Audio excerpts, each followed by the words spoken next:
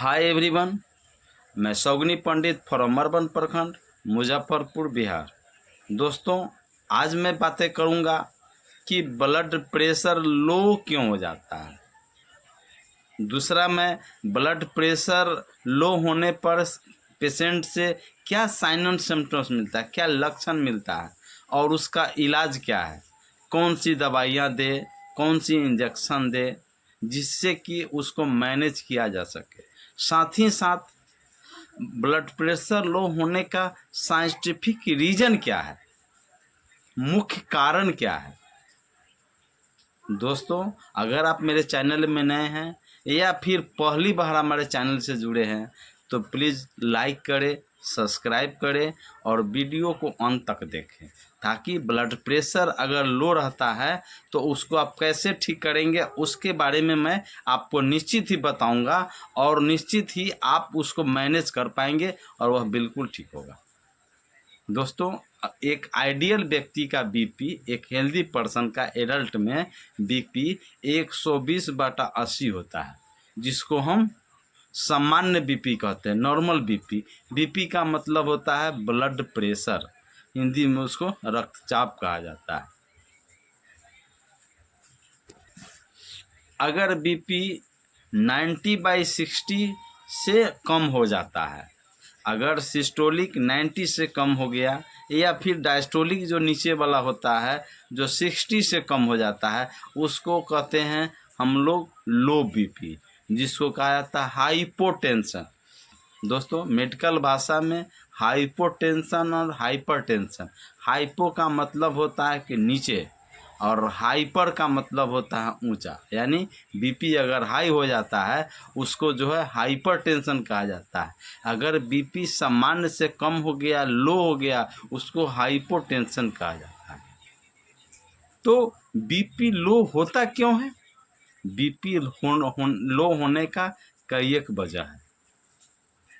या तो उनके बॉडी में खून की कमी है जिसके वजह से बीपी लो होता है। महिलाओं में मेंस्ट्रुअल साइकिल के दौरान, मासिक धर्म के दौरान ओवर ब्लीडिंग होता है, एक्सेस ब्लीडिंग होता है, उसमें भी बीपी आपको लो की शिकायतें मिलेगी और बीपी लो हो जाता है। दूसरा होता है किसी को डिहाइड्रेशन हो गया, जैसे दस्त हो गया, उल्टी हो गया, जिससे कारण शरीर में पानी की कमी हो गया, फ्लूइड की कमी हो गया, डिहाइड्रेशन हो गया, जिस वजह से भी बीपी लो हो जाता है। तीसरा कारण होता है अगर कोई रिच डाइट, यानी जो बैलेंस डाइट, जो संतुलित आहार लेना चाहिए वह नहीं लेते हैं, जिसके वजह से भी बीपी लो हो जाता है। चौथा कारण होता है आप जितना फिजिकल एक्टिविटीज़ करते हैं, जितना आप मेहनत करते हैं, उस मेहनत के मुताबिक अगर आपका भोजन कम लेते हैं, सही डोज में, सही मात्रा में नहीं लेते हैं, अंडर डोज में लेते हैं, तो आपका बीपी धीरे धीरे कम हो जाता है और बीपी लो की शिकायतें हो जाता है। चौथा कारण होता है आप उपवास करते हैं, आप फास्टिंग में आप रहते हैं, तो उस वजह देखते हैं ज़्यादातर महिलाओं में बहुत सारा फेस्टिवल्स होता है। फेस्टिवल्स के अलावे आप देखेंगे कि कोई संडे को, कोई सैटरडे को, यानी जो भी फेस्टिवल्स है, पर्व है, त्यौहार है, जो मानते हैं, पूजा प्रार्थना करते हैं, तो उसमें महिलाएं ज़्यादातर देखेंगे कि उपवास करते रहती हैं, जिससे कारण खाना नहीं खा पाते हैं, फास्टिंग रह जाते हैं, तो उस वजह से भी बीपी लो हो जाता है। एनीमिया, अगर किसी व्यक्ति को खून की कमी हो गया, किसी महिला को खून की कमी हो गया, तो उसमें भी बीपी लो हो जाता है। अगर किसी व्यक्ति को एक्सीडेंट हो गया, सडन उनका अगर ब्लड इतना लॉस हो गया, जिस वजह से भी बीपी लो हो जाता है। यानी बहुत सारे कॉजेज है, बहुत सारे कारण हैं बीपी लो होने का। तो अब हम बात करें कि बीपी लो होगा तो बॉडी में क्या साइन एंड सिम्टम्स मिलेगा, क्या लक्षण मिलेगा। याद रखें, पहला लक्षण मिलेगा कि पेशेंट को, याद रखें, बीपी 90/60 से कम है, यानी सिस्टोलिक, अगर देखिए नॉर्मल 90 to 120, यानी 90 से 120 के बीच में है, तो आपको बीपी नॉर्मल माना जाता है, जो सिस्टोलिक। और डायस्टोलिक यानी जो नीचे जो होता है वो जो है आपको 60 टू 90 के समथिंग में है, लगभग में है, तो उसको नॉर्मल माना जाता है। अगर किसी व्यक्ति का उम्र 40 साल है, अगर उस व्यक्ति का बीपी 140/90 है, मरीज की कोई कॉम्प्लिकेशंस नहीं है, मरीज की कोई समस्याएं नहीं है, तो आज का जो लाइफ स्टाइल है, जीवन शैली है, जो खान पान है, उस हिसाब से देखा जाए तो उस मरीज का बीपी नॉर्मल माना जाता है। ये कंडीशंस होता है। हम बात कर रहे थे कि बीपी लो होने पर लक्षण क्या आएगा, तो बीपी लो होने पर उसका लक्षण आएगा, वर्टिगो की समस्या आएगी, सर में चक्कर आएगा, नींद नहीं आएगा,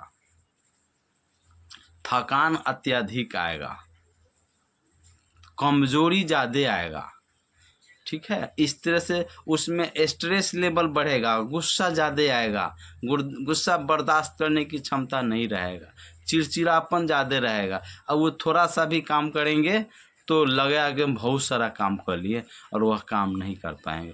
शरीर चुस्त दुरुस्त नहीं रहता, शरीर में फुर्ती लेस हो जाता है, फुर्ती गायब हो जाती है।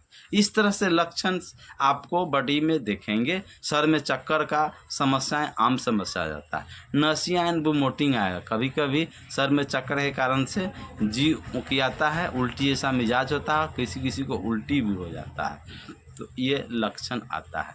अब हम बात करें कि इलाज क्या करें, अब उसका इलाज क्या है, उसको मैनेज क्या करें। तो दोस्तों, अगर बीपी लो है, ज़्यादा लो है, तो आप NS का बोतल आप चढ़ा सकते हैं, उसमें MVI हो या पोलीबियन हो मिला करके दे सकते हैं, या फिर RL आप दे सकते हैं। RL भी देने से काफ़ी लाभ मिलता है। अगर सर में चक्कर हो रहा है तो एस्टिमिटिल MD टैबलेट होता है, या इंजेक्शन फॉर्म में भी आता है। ज़्यादा समस्याएं हो तो आप इंजेक्शन भी लगा सकते हैं, नहीं तो फिर टैबलेट दें। खून की कमी है, एनीमिया की शिकायतें हैं, तो उनको क्या कीजिए, उनको आयरन की सिरप दे, जैसे डेक्सोज दे सकते हैं, चेरी दे सकते हैं, हेम्फर दे सकते हैं, है ना। इस तरह से बहुत सारी कंपनियां आयरन का, है ना, वो दवाई चेरी XT आता है, इस तरह से वो दवाइयाँ आप दे सकते हैं। हर डॉक्टर का अपना अपना ड्रग ऑफ चॉइस होता है, उस हिसाब से आप दवाइयाँ दे सकते हैं। मरीज को भूख की कमी है, भूख नहीं लग रहा है, तो उसको भूख लगने के लिए उसका जाइम सिरप आता है, जैसे बेस्टोजाइम दे सकते हैं, अथवा अरिस्टोजाइम दे सकते हैं, अथवा यूनी इंजाइम सिरप दे सकते हैं, अथवा डिजीप्लेक्स सिरप दे सकते हैं, बीटाजाइम सिरप यानी किसी एक सिरप को आप उनको एक एक चम्मच 3 टाइम, है ना, या 2 चम्मच सुबह, 2 चम्मच दोपहर, 2 चम्मच शाम दे सकते हैं। विटामिन की कमी है, चूँकि मौसमी फल हर व्यक्ति को सीजन के मुताबिक जो फल आती है मार्केट में लेना चाहिए, लोग नहीं ले पाते हैं, तो उसके लिए आप A to Z टैबलेट आता है, उसको 1 गोली रोज़ खाना है। रिवाइटल भी, या आप रिवाइटल ले सकते हैं, या B1 कैप्सूल आता है, उसका सिरप आता है, दोनों में से कोई ले सकते हैं, या फिर A to Z का सिरप आता है, उसे आप ले सकते हैं। अगर आप 6 महीना साल भर अगर आपका हो गया और अभी तक ने आपने कोई भी अल्बेंडाजोल की गोलियां नहीं ली है, कोई भी कीड़ा के दवाई नहीं ली है, ऐसा कंडीशंस आता है, तो हो सकता है कि आपके पेट में वर्म्स हो, कीड़े हो, जिसकी वजह से तो उसमें अल्बेंडाजोल आइवरमेक्टिन के साथ, जैसे बैंडी प्लस है, उसे आप ले सकते हैं। पेट में गैस बन रहा है तो आप पैरानिटिडिन में आप एसिलोक ले सकते हैं, रेंटक ले सकते हैं, ओमेप्राजोल ले सकते हैं, पेंटोप्राजोल से ले सकते हैं, विवराजोल ले सकते हैं, है ना। ये आप दवाइयाँ ले, गैस बन रही है तो निश्चित ही आपके बॉडी में इम्प्रूवमेंट होगा, सुधार होगा।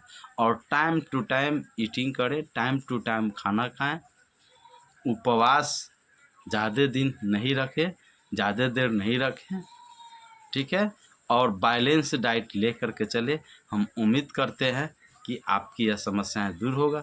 साथ ही साथ अगर किसी व्यक्ति का एज 40 साल 50 साल है, बीपी ज़्यादा लो है, कॉम्प्लिकेशंस मोर कॉम्प्लिकेशंस है, तो उस हिसाब से बीपी टेस्ट करने के बाद आप उनको ड्यूराबुलिन का इंजेक्शन आता है 25 mg में आता है, 50 mg में आता है। डेका ड्यूराबुलिन आता है 25 mg, 50 mg, according to dependent patient के पर निर्भर करता है कि किस ढंग से कंडीशंस है, किस ढंग से कम ये है परेशानियाँ हैं, उस हिसाब से इंजेक्शन ले सकते हैं।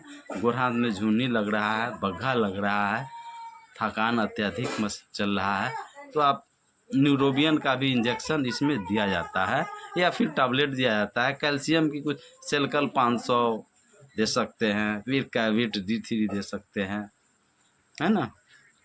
और ऑट्रिन कैप्सूल आता है। ये दोस्तों इतना सारी दवाइयों का नाम बताया हूँ, ये आपको इतना सारी दवाइयों को नहीं लेना है। यह आप पहले डॉक्टर से आप चेकअप कराएं। जो आपका नियरेस्ट में जो डॉक्टर्स हैं, डॉक्टर है जो इलाज करते हैं, आप उनसे चेकअप कराएं, बीपी जांच कराएं, अपनी समस्या रखें। निश्चित ही वह समस्याएं को आपकी समस्याओं को सुनेंगे गंभीरतापूर्वक और आपके जो होने वाली समस्याएं हैं उस समस्याओं को इलाज करेंगे। तो मैं अल्टरनेटिव में बहुत सारी दवाइयाँ बोली है, लेकिन जैसे आप जैम का बोले, कई एक जैम का, किसी एक जैम को लेना है, किसी एक गैस की दवाई लेना है, किसी एक कैल्शियम की दवाई लेना है, किसी एक आयरन की सिरप लेना है, या ऑट्रिन कैप्सूल सब में आता है तो ऑट्रिन कैप्सूल ले। उम्मीद करते हैं सेल्फ मेडिकेशन नहीं ले, कभी कभी घातक हो सकता है, इसलिए डॉक्टर से परामर्श से ही आप दवाइयाँ लें। उम्मीद करते हैं कि वीडियोज़ आपको पसंद आया होगा, तो प्लीज़ लाइक करें, सब्सक्राइब करें और वीडियो को अपने ग्रुप में, अपने मित्रों में, अपने दोस्तों में शेयर करने का कार्य करें। मिलते हैं अगले दिन, तब तक के लिए आप लोग हेल्दी रहें, स्वस्थ रहें, ऐसी हम कामना करते हैं। जय हिंद, जय भारत। धन्यवाद आप सभी को।